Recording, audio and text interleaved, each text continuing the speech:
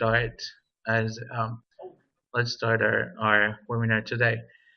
Well, this is an Education USA webinar, and for those of you who are not really familiar with Education USA is a program from the Department of State, from the American government, and we help to provide official information about a higher education in the United States. So we help with the processes, and we help you with um, filling your applications and with all those different admission processes and questions that you would have. We would help you with advising and testing and provide information and all those different things. So that's what we do. And part of what we do is helping in, like I said, with the process.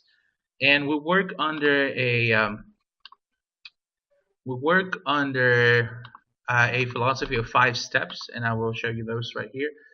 5 steps that we help students to in any of these steps, from the beginning of researching your options, finding funds, and completing your application, and helping you advising on your visa processes, and then preparing for departure. Today, we're going to focus on the step number 3, which is completing your application. And we're going to work specifically on documents and recommendation letters. Letters of recommendations are something that a lot of students and a lot of advices come over with questions, and it is a very cultural bound issue. So, but it is if you have questions about other requirements or documents, you can also ask those questions. In general, I want to say that we have 23, if I'm not mistaken, 23 centers all around the country, and we are also more than 400 centers around the world. And those are the centers that we have in Mexico. So you can find the closest to you. You can reach out to any of those centers, and either you can go to the center or you can do an online session with the advisor there. So let's in a kind of like an overview of what we do and what we are. And many times we work together with universities from the U.S. And in this time, I have the opportunity of working together with Bowling Green State University. I had the opportunity to be there a couple of months ago, and they are so happy that they can help us and give us firsthand information about admission requirements and how on the end of the university, how does that work. So I'm going to introduce over here John, and also he's going to introduce his team also over there. They will be talking to us about document requirements, specifically about letters of recommendations, but also about other documents that you may have questions about. You can also ask questions. Oh, good. So we already have some questions.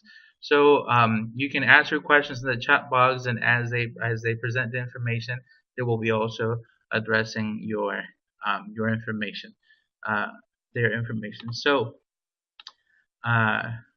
so the floor is all yours. Thank you, BGSU, for being here with us, and we're all yours.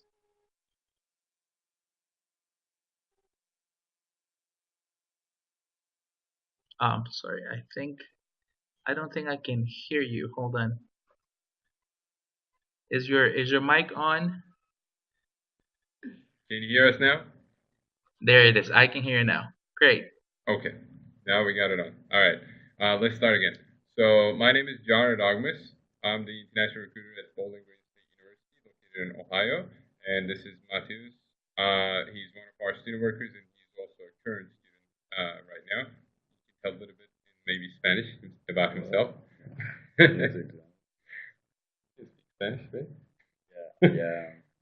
Bueno, me llamo Mateus. Yo viví en México por 2 años y después viví en Chile por 4 años, pero soy brasileño.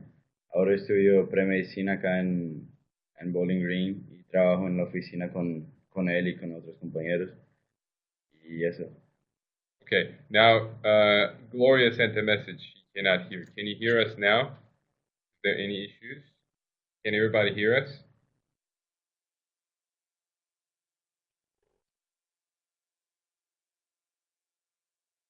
All right, hopefully everybody can hear us.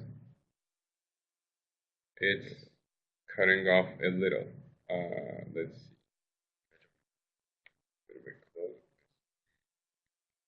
Is it better right now? Okay, they can't hear us. Great.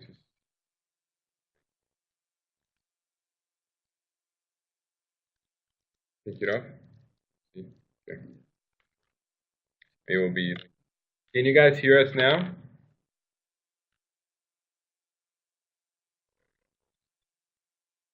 Okay. Manuel.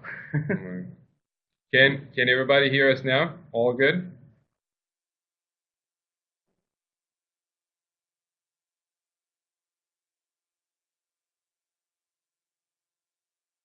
Hopefully. Okay. Okay, let me see.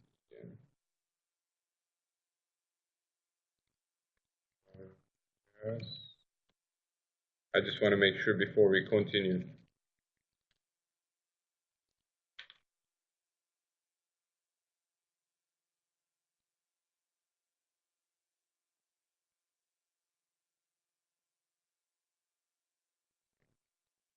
Okay, they can't hear us.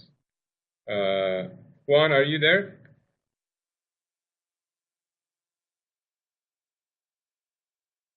Yes, I'm here.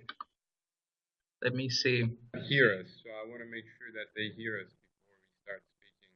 Right. Right.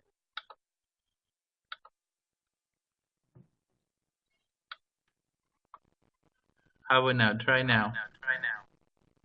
Can you guys hear us now? Can everybody hear us? Okay, Gloria is good. And Francisco? Hello. And Kayla? Kayla can hear Francisco? Hopefully. Okay.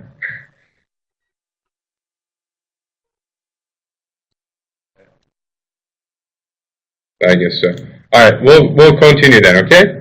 So my name is John Erdogmus. I'm the international recruiter at Bowling Green State University, located in Ohio, and this is Mateus, our student work study at our office, and also a student of BGSU in pre-med program. Actually, it's a unique opportunity.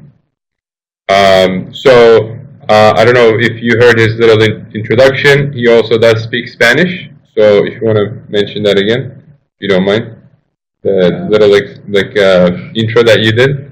So, Bueno, de nuevo, me llamo Mateus, yo soy brasileño, viví en México por 2 años y después viví en Chile por 4 años. Finalmente me vine a vivir acá y estudiar premedicina y trabajar con ellos. Y eso. yes, sir. All right. So,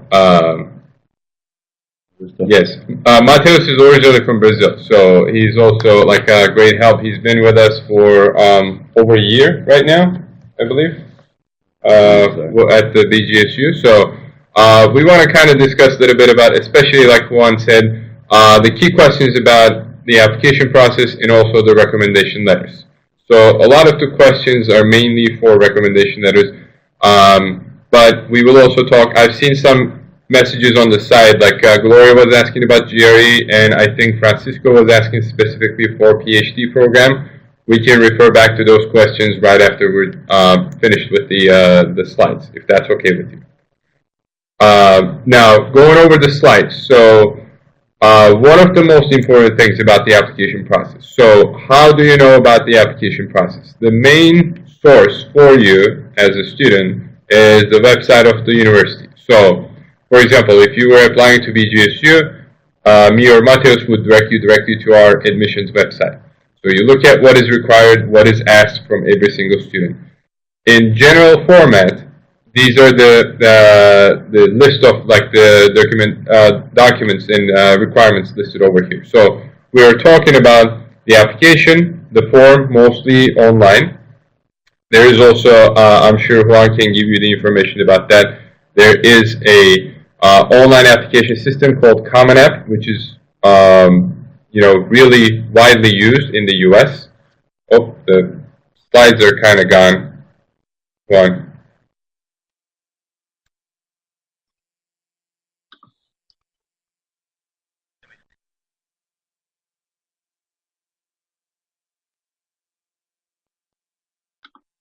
You can continue and I'll try to pull them up. Okay, so basically what we are trying to do is, the key thing is to ask the university and also your advisors at Education USA. Education USA has unique connections to all of our schools. Just like Juan mentioned, he was actually here at our campus a couple months ago in September. So that is one of the key things. Most of your Education USA advisors are actually well connected with the schools and also have first-hand information about the schools. And as a student, the easiest thing that you can do is to visit the website of the university. So you can go to, for example, our admissions website. You can check the requirements. And we kind of pinpointed the requirements in most cases, 90% of the time. So we're talking about an application form that you need to submit, either online, rarely in paper form, but right now mostly online.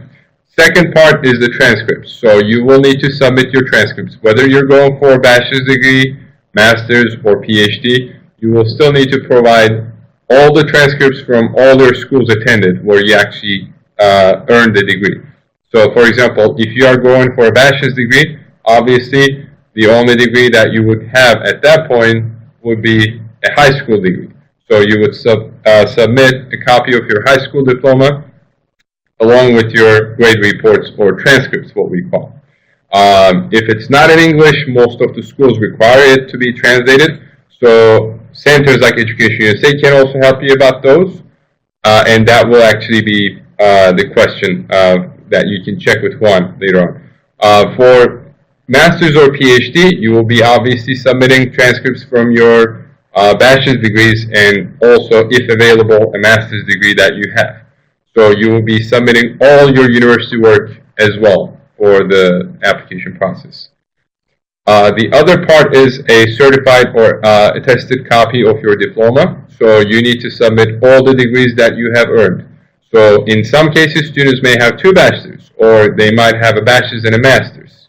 So you will be submitting both diploma copies, certified copies, to the admissions office or the graduate school that you're applying for. The other part is test scores. So test scores, what do we call? Basically, it is both English proficiency. So we are talking about the mainstream tests such as TOEFL and IELTS, or also there are different types of English proficiency tests like PTE or ITEP, or there are different areas. So I see that Gloria's message about the PhD, and I think Francisco was also asking the same thing. So for those, you have to check for the scores. So we are talking about, for example, our PhD programs require a 7.0 IELTS, most cases.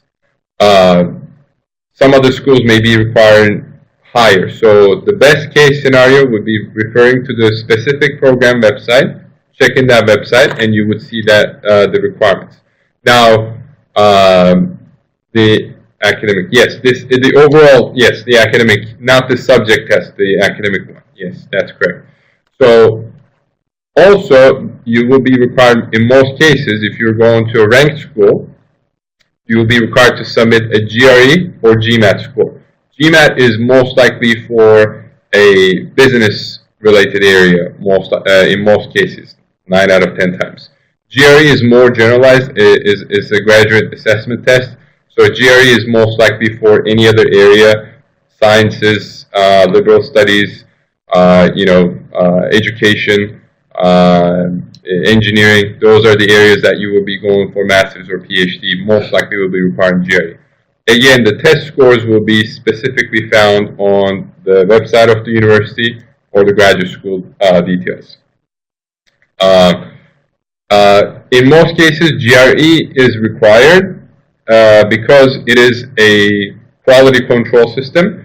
So most of the ranked universities, for example, BGSU is a nationally ranked university. So almost all of our programs in Masters and PhD, they do require GRE or GMAT.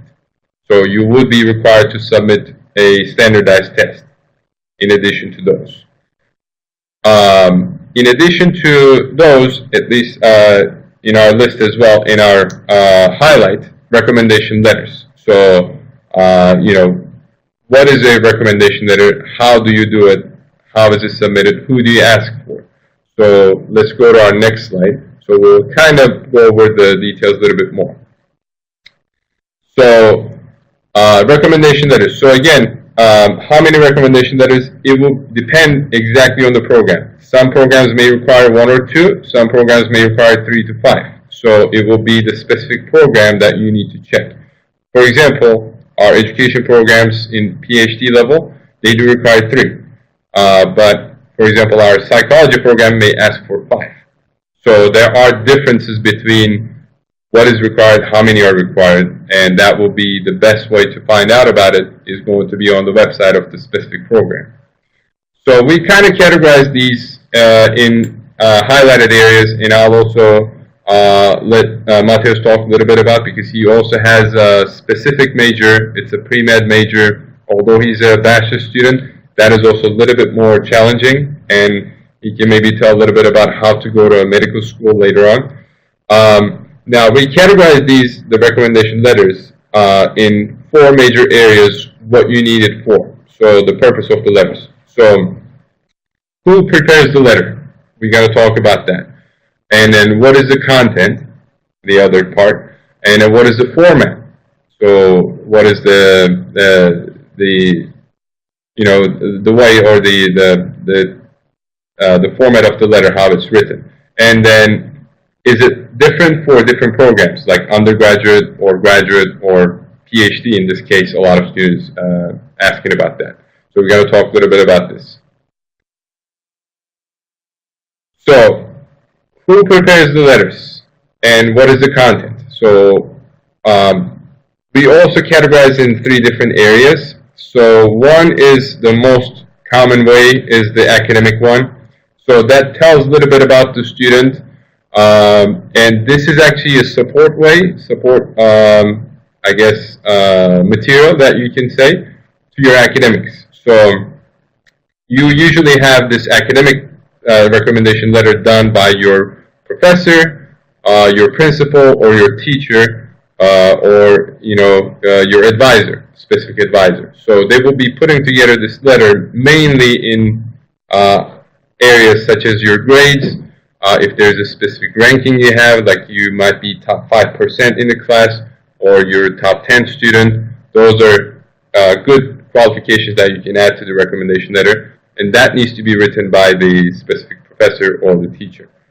And also accomplishments. So let's say you won a prize, whether if it's like a school-wide prize or a competition or some kind of organization. You maybe got a specific scholarship or research opportunity. Those are the things that needs to be listed in the recommendation letter by your professor. So the other one that we usually also categorize is personal or character. This is mostly for masters and graduate, masters and PhD level, because this is most likely will be by your employer. We recommend that. So some of the programs, such as our MBA program, requires some kind of work experience, or it might be the PhD program in chemical, engineering that might be requiring some kind of research or employment. So that will be done by that specific area or specific advisor or employer, written about your qualifications, your attributes, your professional skills. So that's going to be more like the personal or character recommendation letter. Okay? And then the last one that we categorize is athletics. So that is going to be, obviously as the name says it, it is going to be for sports purposes. So that will be done by a specific coach or the manager of the team. So you will be having that in order to join a sports team. In most cases, it will be in the undergraduate or bachelor's level. A lot of this sports scholarships and sports teams are available for only bachelor's. There are some exceptions in master's level, but most likely in bachelor's level. Okay, are we all clear so far? We're all good?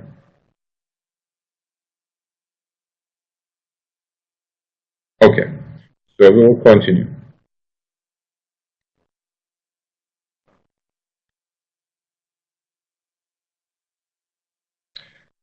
Specifically for the questions, we don't usually have any classification for the letters. So if we are asking for something specific, obviously we usually look for academic recommendation letters. But some programs, like I said, MBA program, they will be looking for employment experience. So that will be actually requiring some kind of employment recommendation letter, so personal or character letter. So there will be different categorizations based on the program itself. So the best way, again, would be checking the website of the specific program.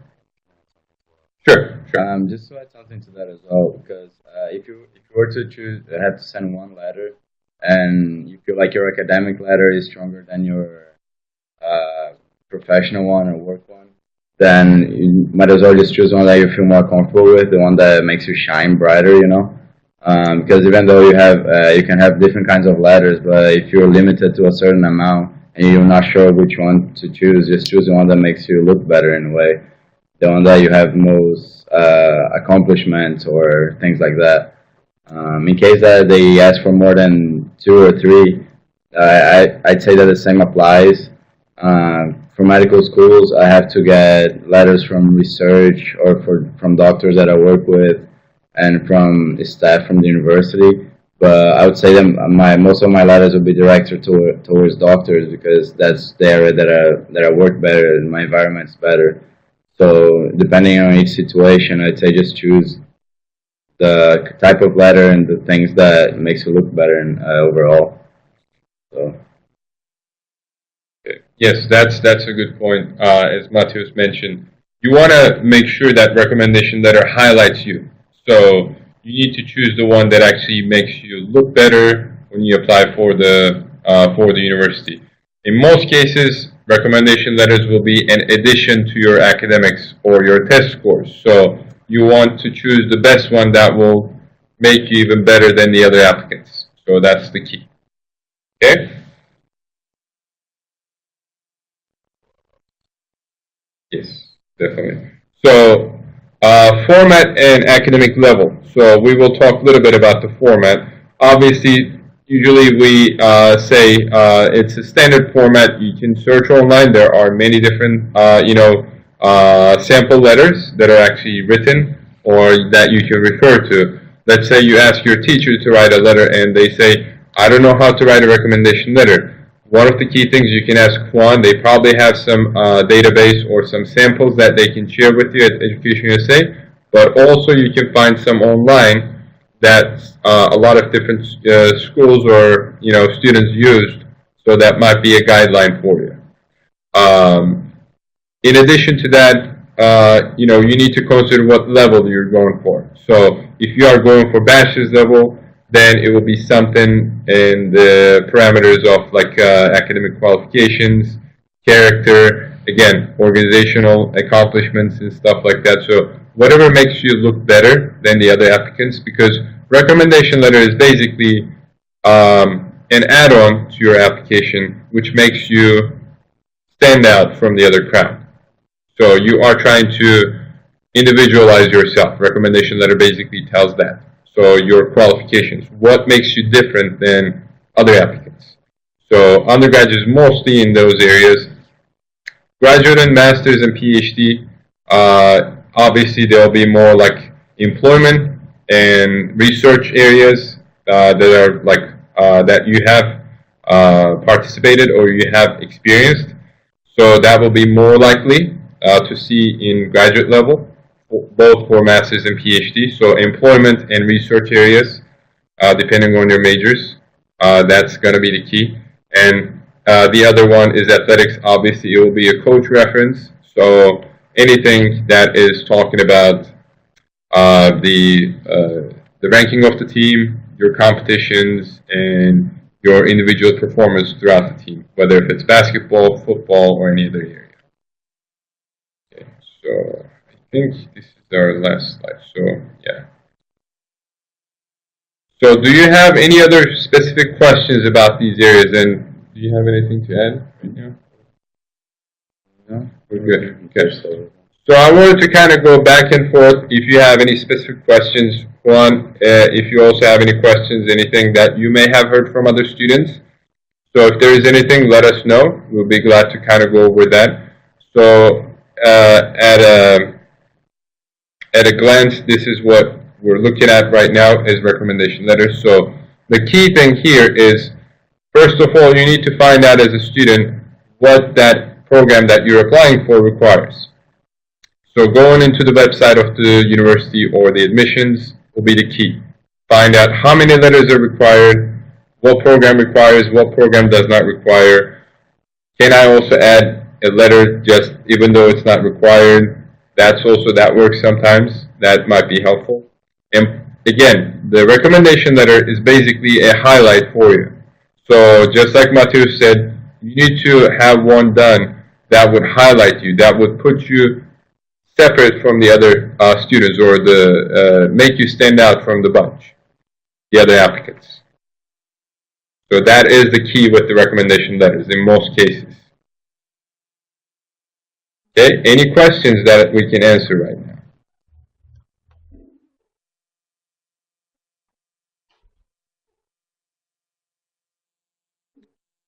There are, but keep in mind that as an international student, you have to be full-time. So the requirement is you can only, like for example, most of our programs, you can only take one online course. You will need to be full-time. That depends on each university, each institution. But you have to be a full-time student as an international student throughout your studies. So that can be research-based, that can be class-based, or that can be something that's like an internship. But it will give you, it needs to be a full-time program for you to study at an institution in the U.S. Yes, usually they limit the online credits that you can take. So it's usually for undergraduate, I think it's about maybe about 6 credits with 9. I'm pretty sure it depends on the area that you study. Last time I had to do something like that. The person could only take 4 credits online out of the 9 credits that a graduate student has to take. So you have to watch over that as well. You have to be on campus regardless, because you're going to be taking online and on-campus classes at the same time. It's not one or the other. Yeah. So it's a combined, but mostly it will be on-campus. Completely online degrees are not offered at the GSU right now. Unfortunately, we do have online, but it is not offered outside the U.S. at this point. There are other schools that offer it, so there are other options that are available. But mostly, our university requires students to be here full-time, and students can add some courses on top as online courses. Okay, any other questions that we might answer? I hope that we answered most of the recommendation letter questions, and that can be shared definitely throughout the Education USA office as well. Any specific questions about these areas? And Juan, is there anything else that you think we should add? I think that has been great. One of the things with recommendation letters, specifically I think in Mexico, is that we don't really know sometimes what to include on those. In terms of when someone asks for a recommendation in general for a job or something, they tend to be very generic, very good person, he's a hard worker, and all those different things. But in the U.S. academic system, they need to be very specific. They need to say real things like you. So I think that's one thing that we can we cannot we cannot emphasize that enough because we see a lot of those recommendation letters that say he's a good student, right? He's responsible, and all those different things. But we work hard on trying to get the students to ask directly for those letters, and also people who write those letters to be aware that a generic letter is not going to do a lot for the student, right? So I think that that is something that we struggle a lot, and people writing those letters also need to know those. But at least if we get to the students and students know how to ask for those letters and what should be in those letters, and be able, like you said, be able to identify if those letters are strong letters, or like Marcus said, or if they are weak letters. So. I think you point on those. Definitely. I mean, recommendation letters should be the highlight of the student. So it needs to make the student stand out from the other applicant pool. So that's what the main purpose of a recommendation letter. Why would you do a recommendation letter? Because you want that person to be successful. You want that person to be admitted to a specific program or a specific area. So I mentioned that there are samples, but you also need to put highlights of the students. So whether if they have a specific, class ranking, or they were successful in a project at an employment, those are going to make them stand out. So recommendation letter helps the student to stand out from the bunch. So that's what the idea of that recommendation letter is. Whereas sometimes professors or workers, bosses and such, that you feel like you have a more personal level of connection with, because they're going to be able to take the generic out of it. Because sometimes the mistake people have like 3 or 4 letters, but most of them are just generic things, like you said, and they don't really say much. Whereas if you find one person that you connect more, like one professor that you did a research with, or that you develop certain projects in the university or some other areas with, and he knows a bit more about your essence as a person rather than just your academics, they're going to make the best letters. So aim for those two. Right. Sounds great. Any other questions from our participants?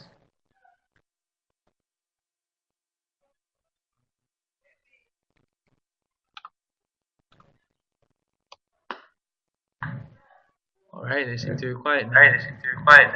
I guess so, yes. Well, if there's anything else, you have our contact information. Feel free to share it with everybody if there's anything we can help. If there is any specific program, questions, students can always email us and contact us directly.